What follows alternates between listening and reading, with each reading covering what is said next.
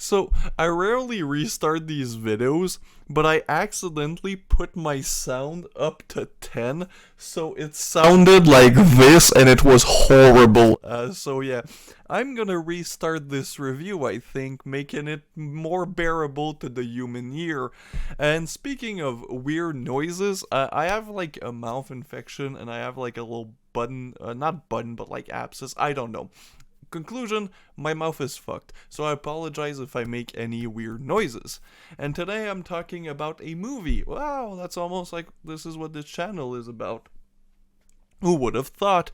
And I'm talking about another Lucio Fulci movie. I don't know why. I've been in an Italian horror kind of mood. Probably because I've been listening to the Moods of Horror podcast. Moods on YouTube is podcast that he has. And November is Italian horror month for them. And yeah, I've been listening this month. It's a pretty good month. And I don't know. I guess they influenced me, but not really, because I've just been looking at my shelves and thinking to myself, what haven't I seen yet? And this one, I did watch a long time ago, I think in 2017, but I watched it and never finished it, and then I made myself believe that I hated it. And I'm a big Fulci fan. He's like my top two directors of all time. And I don't know why I never gave this one another shot. I guess I was just not in a good headspace at the time, or that this was just not the type of movie I was looking for at the time. But when I did my shelf by shelf collection video on my main channel, somebody did mention that I should give this another watch. Now that was last year, so I guess I didn't really listen to that comment, and I don't know if that person watches this channel, but if that's you, shout out, because I did watch it, and I did really enjoy it. I don't know what I had back in the days, I don't know. My movie tastes have kind of changed. I would say evolved. Some people would say devolved, because I'm way more, I wouldn't say easy to please. I just think that I enjoy more stuff. I just let myself enjoy more stuff. But I don't think with this one, that me letting myself enjoy maybe lesser good things really impact me. I just think that this is a pretty decent movie, made a tad bit better by Lucio Fulci's style. Now, this was released in 1991, and this is a TV movie. Now, don't let that be a deterrent to you, because it might be a TV movie, but it starts with a sex scene and a kid being stabbed. Of course, it's not super bloody in the typical fashion that we associate Fulci's gore to be with. No, it's not a super gory movie. It is a very atmospheric and very nightmare logic film, but the difference between something like this and The Beyond is that this is actually more grounded in reality. The atmosphere and nightmare logic stuff is only there during our characters' nightmares. So it's literally nightmare logic. I say it's grounded in reality. This is a supernatural film, but it's not as weird as Fulci's earlier films. This is a much more linear film with some weirdness peppered in there, instead of being the entire film just atmosphere and you questioning what is going on. Plot is very simple.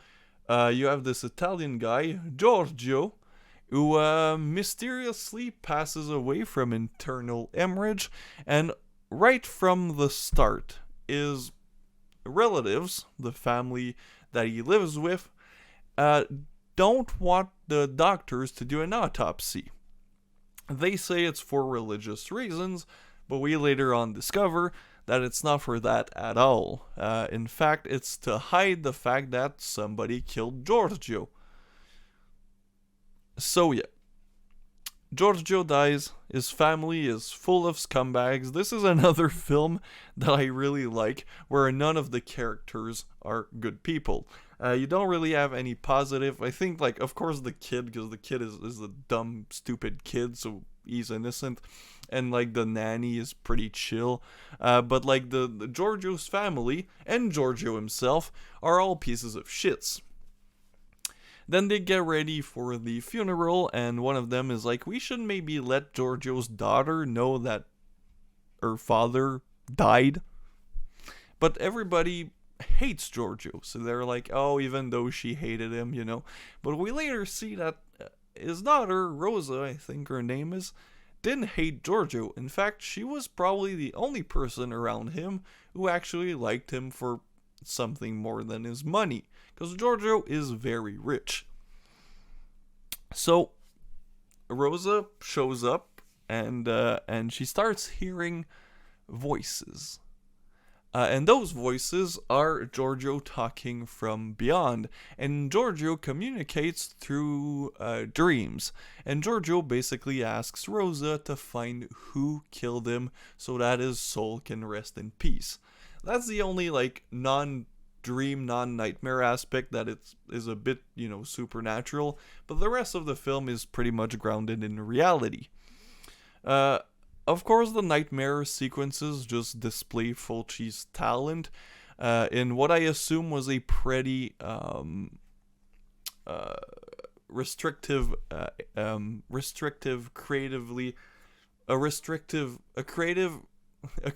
project that was pretty restrictive due to it being a TV movie. Kind of assumed that the producers just wanted a straight family drama, and that maybe Fulci was like, hey, let's throw some weird nightmare shit in there. And there is a great sequence, a nightmare sequence, where Giorgio's mistress is eating with him in this weird, super nice set.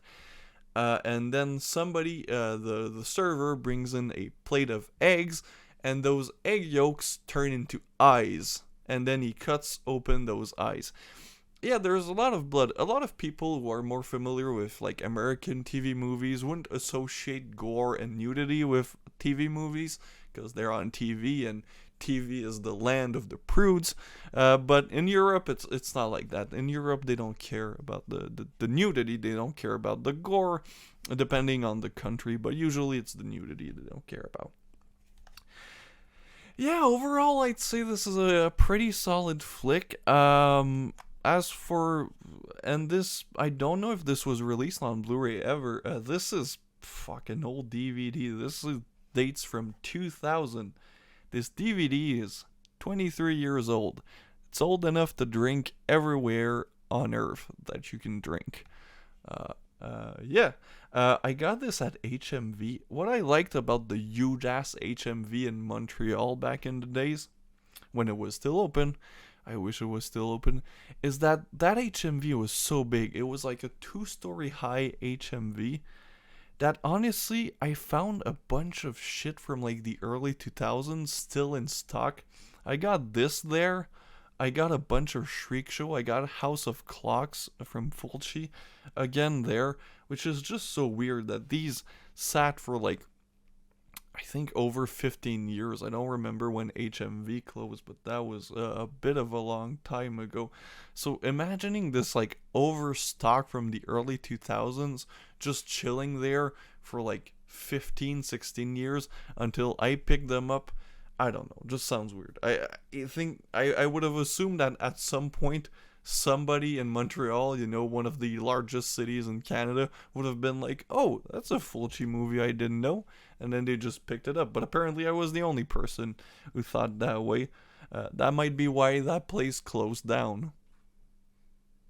But yeah, good movie. I really like. I think if it wasn't for the nightmare sequences, though, this would be not so great.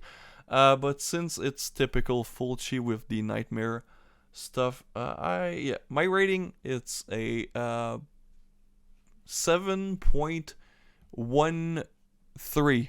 Lucky 7.13. I would say if you're a Fulci fan, go watch it if you can find it. I don't know, this is the Euroshock collection. This wasn't really shocking. But yeah, good movie. Give it a watch. Peace out, bitches.